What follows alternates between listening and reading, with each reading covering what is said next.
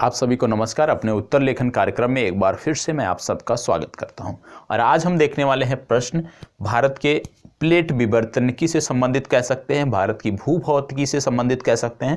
प्रश्न है, वर्तमान समय में भारत में भूकंप की घटनाएं दक्षिणी एवं पश्चिमी क्षेत्र में भी देखने को मिलती हैं। मतलब भारत का जो दक्षिणी क्षेत्र है, दक्षिणी भारत का जो रीजन है, और जो पश्चिमी क्षेत्र है, यहाँ पर भी भूकंपीय घटनाएं देखने को मिलती हैं। क्यों, इसका कारण आपको बताना है। और इसके लिए सबसे पहले जरूरी है कि आपको प्लेट विवर्तनिकी की समझ होनी चाहिए, प्लेट टेक्टोनिक्स की समझ होनी चाहिए, भारत की भूभौतिकी की समझ होनी चाहिए, तो आप आसानी से इसका जवाब दे सकते हैं। अब बोला जा रहा है कि भारत में भूकंप की घटनाएं दक्षिणी भाग में, मतलब जो दक्षिण का क्षेत्र है, कर्नाटक हो गया, महाराष्ट्र हो गया, केरल हो गया, तमिलनाडु हो गया, इन क्षेत्रों में भी देखने को मिलती हैं। और पश्चिमी क्षेत्र विशेषकर आप देख सकते हैं, गुजरात का रीजन और ये महाराष्ट्र का रीजन, राजस्थान का क्षेत्र, तो इन क्षेत्रों में भी भूकंप की घटनाएं देखने को मिलती हैं। क्यों? तो सबसे पहले आपको जानना होगा कारण क्या है, वो मैं बता देता हूं, और किस तरह से आपको उत्तर लिखना चाहिए था वो भी मैं आपको यहां पे बताने वाला हूं। तो सबसे पहले आपको समझना होगा कि ये भारत भूमि है, मान लीजिए रफली ये भारत भूमि है, और ये भारत भूमि यदि है तो इसमें आपको देखने को मिलेगा, क्या देखने को मिलता है कि एक थोड़ा सा बड़ा बना देते हैं तो आपको आसानी होगी चीजों को समझने में।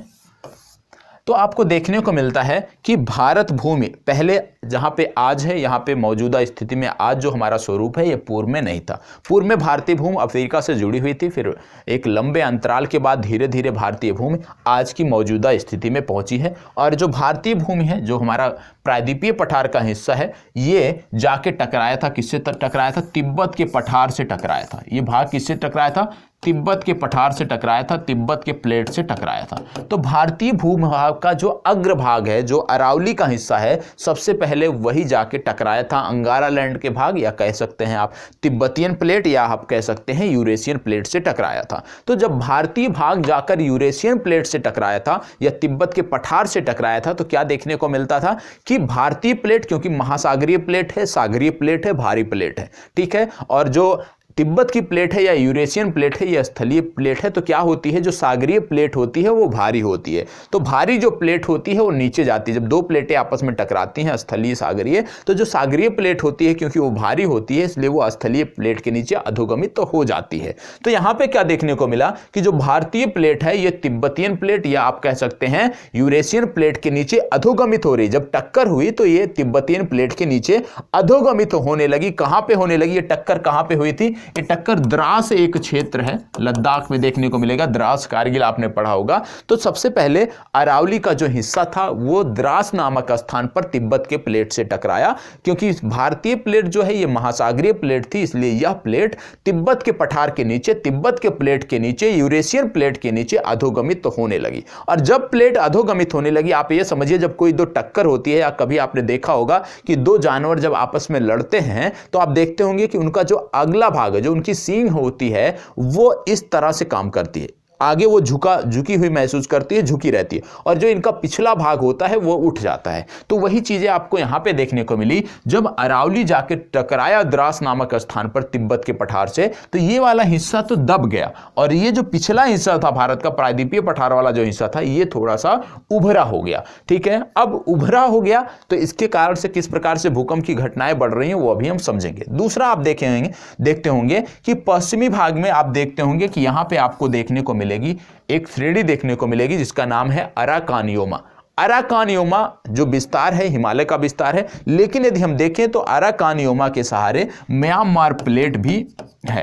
ठीक है, अब जिस तरह से यहाँ पे आपकी तिब्बतियन प्लेट थी, उसी तरह से भारतीय जो हिस्सा है ये पूर्वी क्षेत्र में टकरा रहा है म्यांमार के प्लेट के कारण। और म्यांमार का जो प्लेट है वो भी देखें तो स्थलीय प्लेट है और इसके नीचे सागरीय प्लेट जा रही है। तो यहां भी वही चीजें हो रही हैं कि भारतीय प्लेट म्यांमार प्लेट के नीचे जा रही है, तो इसका ये वाला हिस्सा तो दब रहा है, लेकिन इधर वाला जो भाग है ये आपका उठ रहा है, उभरा हुआ है, कुछ उभरा हुआ है। तो दोनों तरफ आपने देखा कि किस तरह से तिब्बत की प्लेट से टकराने के कारण प्रायद्वीपीय भाग का जो दक्षिण का भाग है ये उठा है, और किस तरह से म्यांमार प्लेट से टकराने के बाद जो हमारा पश्चिमी भाग है ये आपको उभरा हुआ देखने को मिलता है।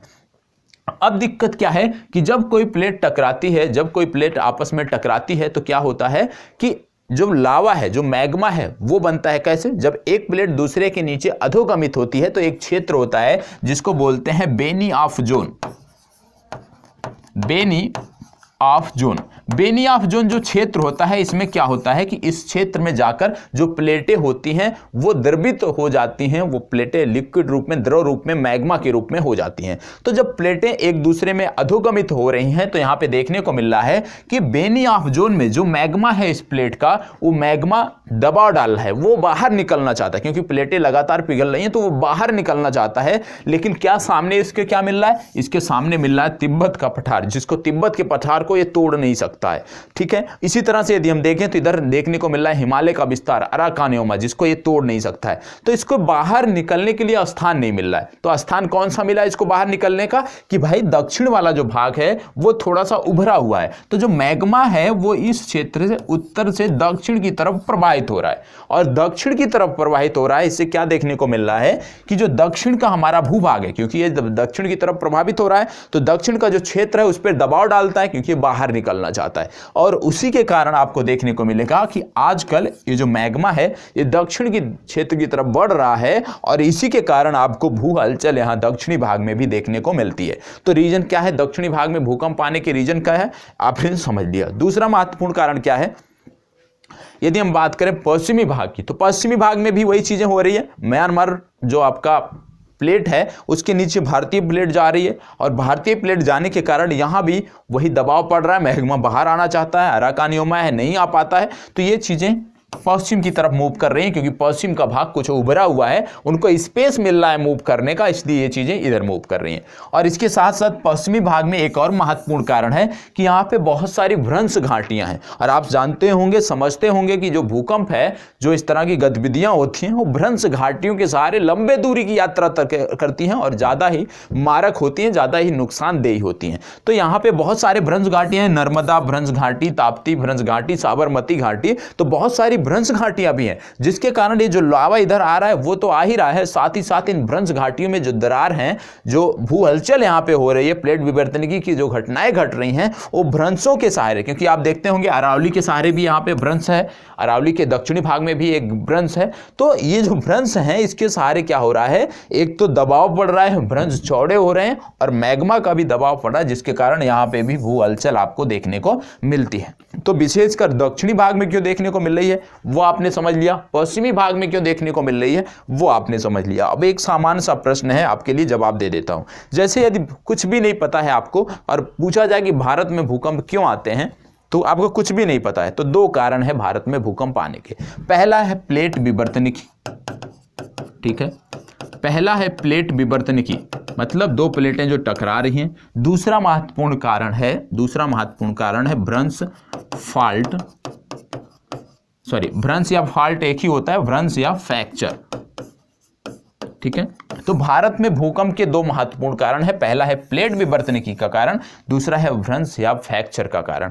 तो ये चीजें आपको पता होनी चाहिए। तो उम्मीद करता हूं अब आप उत्तर लिख सकते हैं कि किस तरह से भारत के पश्चिमी भाग में, भारत के दक्षिणी भाग में भूकंप की घटनाएं देखने को मिल रही हैं। और इन्हीं के कारणों की वजह से पहले आप जानते हैं भारत को 5 भूकंपीय जोनों में बांटा गया था, बाद में 2004 में इनको 4 भूकंपीय जोन में बांट दिया गया। और ये 4 कौन कौन से हैं?